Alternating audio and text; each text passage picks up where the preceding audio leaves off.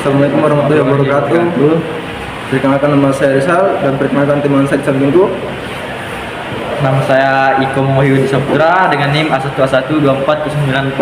Saya NIM A1A1-24102. Di sini kami akan mempresentasikan materi kami yang berjudul Kelembagaan, Program, dan Pengolahan Pendidikan. Perlu Anda ketahui bahwa di Indonesia itu memiliki pendidikan sangat-sangat belum memadai sekali, belum merata. Perlu kita tahu bahwa kelembagaan itu apa? Kelembagaan itu merupakan sistem struktur dalam negara, dan program itu merupakan proses dalam kenegaraan. Dan pengolahan itu dia bisa diartikan sebagai cara-cara atau proses bagaimana pendidikan dikelola oleh pemerintah di Indonesia ini. Baik, langsung saja kita masuk ke materi pertama, yaitu kelembagaan pendidikan. Kelembagaan pendidikan mengacu pada struktur, sistem, dan organisasi yang mendukung pelajar pendidikan. Kelembagaan ini mencakup ada beberapa hal, yaitu salah satunya jenis lembaga pendidikan, yang dimana jenis lembaga pendidikan ini berdasarkan formal, sekolah universal seperti sekolah universal, dan non formal seperti pusat pelatihan dan kursus. Adapun informal yang itu keluarga lingkungan. Kita bahas dulu ke formal. Formal ini seperti sekolah. Ya tentunya formal ini merupakan suatu jenis-jenis yang dimana pendidikannya berwujud kepada sekolah dan universal, yang dimana ada campur tangan pemerintah di situ. Adapun non formal yang merupakan pusat pelatihan seperti kursus. Nah, di situ juga ada informal, keluarga lingkungan. Kita juga bisa belajar pendidikan itu bukan hanya di sekolah-sekolah dasar seperti SD, SMA. Kita bisa juga belajar di luar lingkungan sekolah seperti keluarga, lingkungan masyarakat. Adapun yang kedua, struktur kelembagaan, yang dimana termasuk Kementerian Pendidikan, Dinas Pendidikan Daerah, serta Badan Akreditasi dan Pengawasan Pendidikan. Yang ketiga, landasan hukum.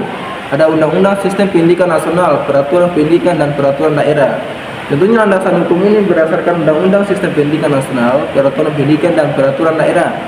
Yang dimana Peraturan Pendidikan menurut Undang-Undang Nomor 2 Tahun 2004, yang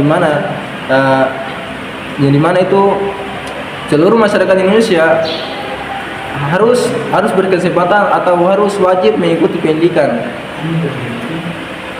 Adapun tujuan kelembagaan pendidikan adalah memastikan pendidikan berlangsung secara terstruktur, terarah, dan sesuai dengan standar yang ditetapkan.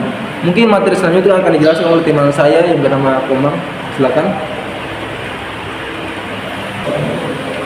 Adapun program pendidikan, di mana program pendidikan adalah rencana dan kegiatan yang dirancang untuk mencapai tujuan pendidikan. Program ini dapat dibedakan menjadi 3. Yang pertama, program wajib, seperti kurikulum nasional yang meliputi pendidikan dasar, menengah, dan tinggi. Yang kedua, program tambahan, ekstrakurikuler, pelatihan, keterampilan, dan pengembangan karakter. Yang ketiga, program khusus, pendidikan inklusif, pendidikan berbasis kejujuran, dan pendidikan untuk masyarakat terpencil.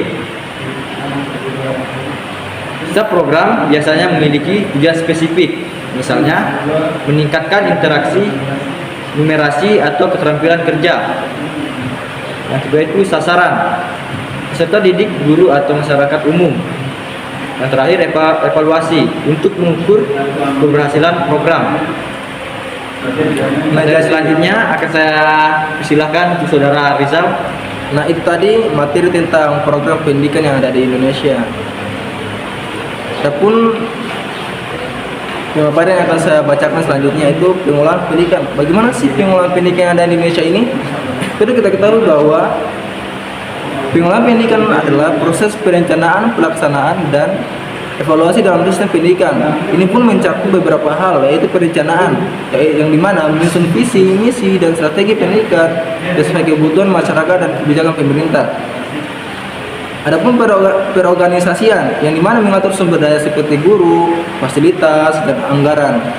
Adapun pelaksanaan, yang dimana pelaksanaan ini merupakan kegiatan belajar mengajar sesuai dengan rencana. Evaluasi, yang dimana memiliki keberhasilan program dan menjadi mencari solusi atas kendala yang muncul. Perlu Anda ketahui bahwa pengelolaan pendidikan harus melibatkan manajemen sekolah yang mana meliputi kepala sekolah, guru, dan staf administrasi. Partisipasi masyarakat. Apa sih partisipasi masyarakat itu? Seperti komite sekolah, orang tua siswa, dan tokoh masyarakat. Adapun pemerintah dan swasta dalam hal kebijakan, pendanaan, dan pengawasan. Nah, mungkin itu saja pemaparan materi dari kami, yang dimana paparan materi dari kelembagaan dan program dan pengembangan pendidikan. Mungkin sekian dari saya, Rizal, dan teman saya. Dan saya Wahyu, pamit undur diri. Kami turun dulu. Mungkin kalau jika ada salah kata dan belum sesuai materi yang kami ungkapkan, mohon dimaafkan.